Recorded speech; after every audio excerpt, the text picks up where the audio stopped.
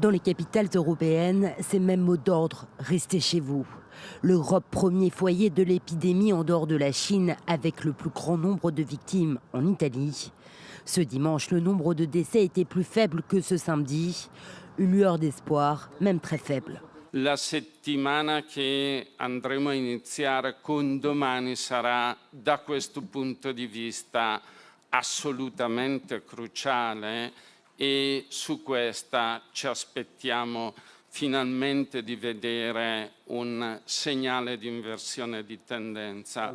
En Espagne, la contagion progresse. Le gouvernement espagnol entend prolonger le confinement, l'un des plus stricts du continent, jusqu'au 11 avril. Hôpital de campagne, rappel de personnel soignant à la retraite, militaires qui désinfectent les rues. Madrid mobilise ses dernières forces et appelle l'industrie à produire des respirateurs. En Allemagne, le taux de mortalité reste faible, mais à Berlin, Angela Merkel venait tout juste d'annoncer la fermeture des restaurants dans tout le pays et l'interdiction totale des rassemblements, avant d'être placée elle-même à l'isolement. La chancelière allemande avait reçu un vaccin d'un médecin infecté par le coronavirus ce vendredi. Quant au Royaume-Uni, Boris Johnson a changé de ton, mettant en garde contre une accélération du nombre d'infections.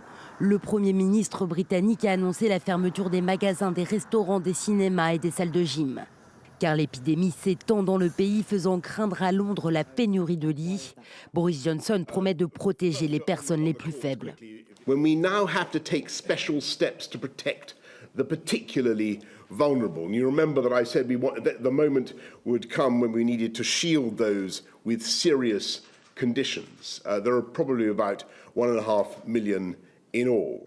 Dernier pays à avoir imposé un confinement général sur le continent, la Grèce. Le nombre de morts dus au coronavirus y a doublé depuis jeudi. Le pays le plus touché en